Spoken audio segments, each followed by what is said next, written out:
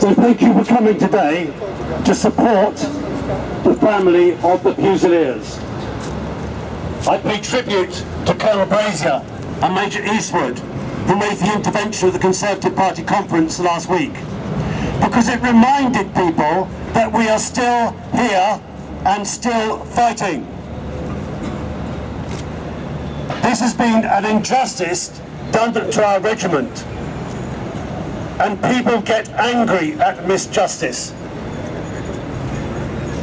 But it's been said after that incident at Manchester last week, it was said that we are the old codgers and the armchair generals. Well, the reason we are here is because we are veterans and families. The regular soldiers cannot be here. They cannot protest. We are all one family: cadets, regulars, reservists, territorial, and the families of the Fusiliers. So we're here to say the government should change the decision to disband the 2nd Battalion, Royal Regiment of Fusiliers.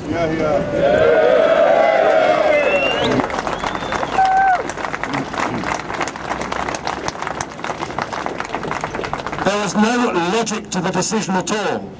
In fact, they said we wouldn't be able to recruit in Newcastle, Birmingham, Greater Manchester and London, where there are 15 million people. So clearly that message was garbled somewhere in the transmission. We're the best recruited regiment in the army, we're operationally ready, and we need to win this battle before the 2nd Battalion soldiers are sent their postal orders to serve in units they did not volunteer for. So thank you again for turning out. This is a campaign that goes on, and I'll now hand over to our MP, John Barron.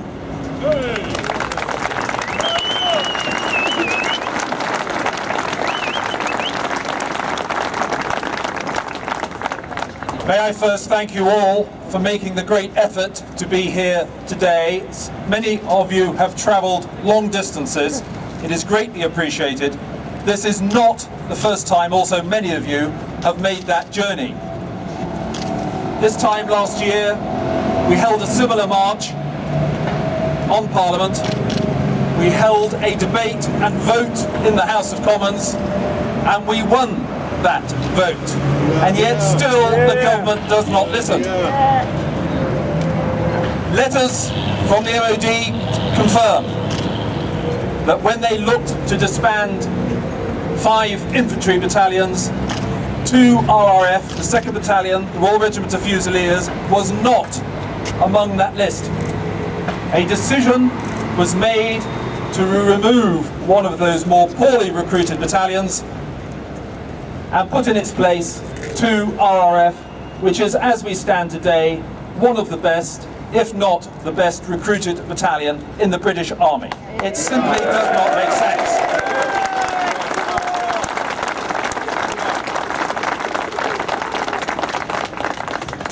I, like you, believe that the regiment and the 2nd Battalion has been dealt a grave injustice.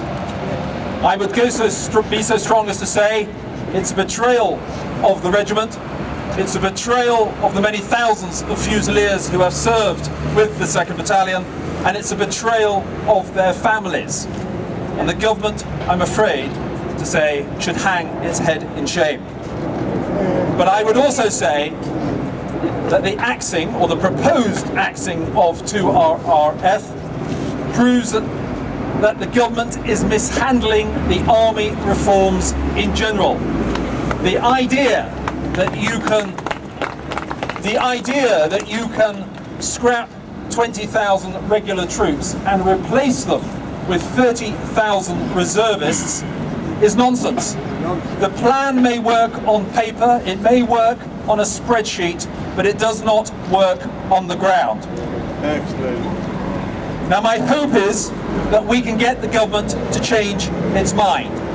But their present policy of keeping under-strength battalions and scrapping fully strength battalions is a false economy, And it simply reinforces failure because understrength battalions cost more to bring up to strength. It costs the taxpayer so much more.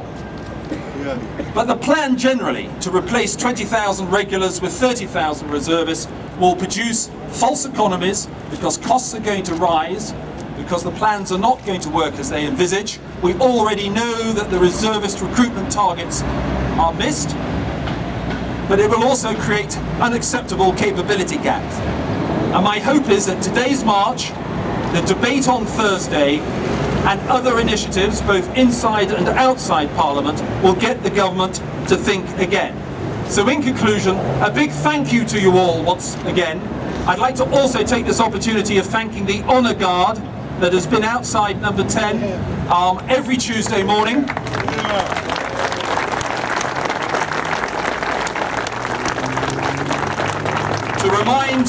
To remind the Cabinet that we are not going to walk away from this fight. And I'd also like to thank the many MPs who are supporting this campaign.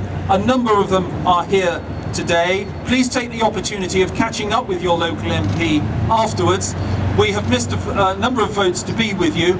That is no problem at all from our point of view, but I want to thank them for taking the time out to be with us here today. It is much appreciated.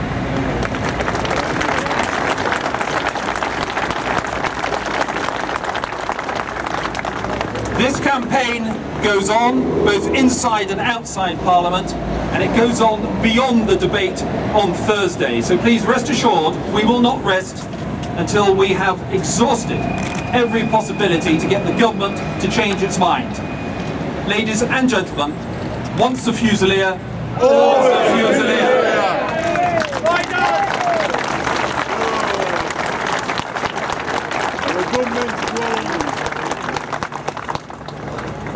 Good afternoon. Since my meeting last week, I was loudly promised that there would be a discussion. The silence is shattering.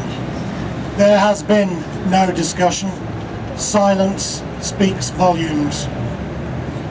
It is unseemly political manoeuvring for base political ends, which is damaging the home life, the career, and the Fusiliers' future. It is dishonouring our fallen. It casts aside serving loyal Fusiliers and their families, with, as we now know, an unnecessary set of redundancies and a scramble for those guys who are going to be made redundant to sort out homes and work. A fine payment for Afghanistan. It betrays the trust that our Fusiliers have a right to receive from their government, and the government is breaking the military covenant. It is incredible that successful, well-manned, value-for-money, competent soldiers like the Fusiliers yield to the weak, the expensive and the undermanned.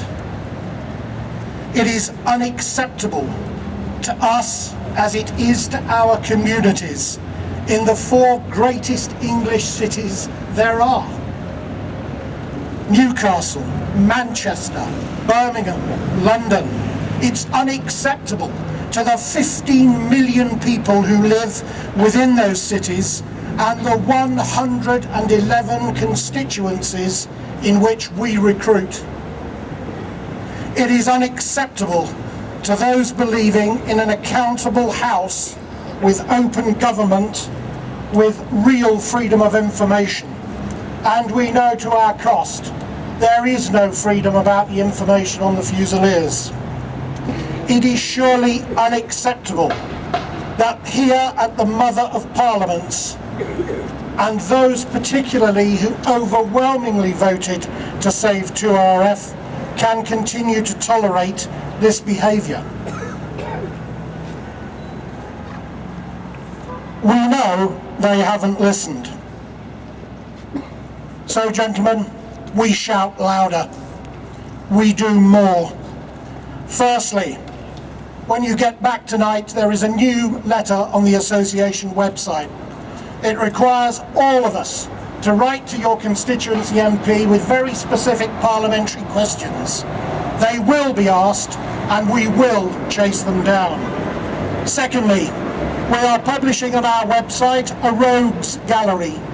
I refer to that because of the empty, meaningless responses some of our MPs responded to and some of our ministers have responded to our questions with. Let their constituencies see the questions they were asked and how well or badly they were answered. The Rogues Gallery is up now. I will be drawing it to everybody's attention, the constituency chairman involved in particular, and I'll make a delight of circulating it widely before the next election. We will speak louder in order to be heard in the way that we have continued to do so. And one of those ways is I am going to grace members of the government with the privilege I have had. They are going to meet Fusiliers in the future. They won't know where and they won't know when. And they'll be at a public gathering or a rubber chicken dinner or a speech, and through that cloud and loud and clear will come a shout. I'm a Fusilier and I want the truth.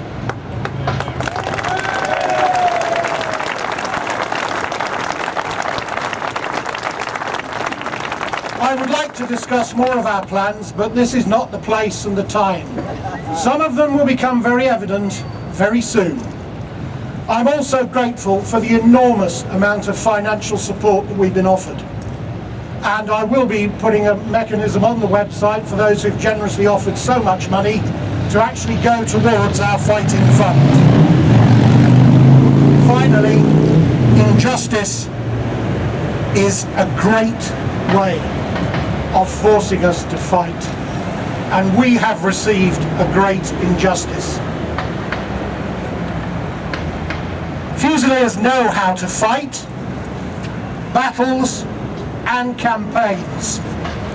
We do not flinch, we do not falter, and we are in this for the long haul.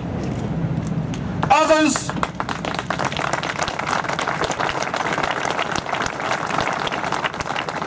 who clearly are yet to understand this will find out.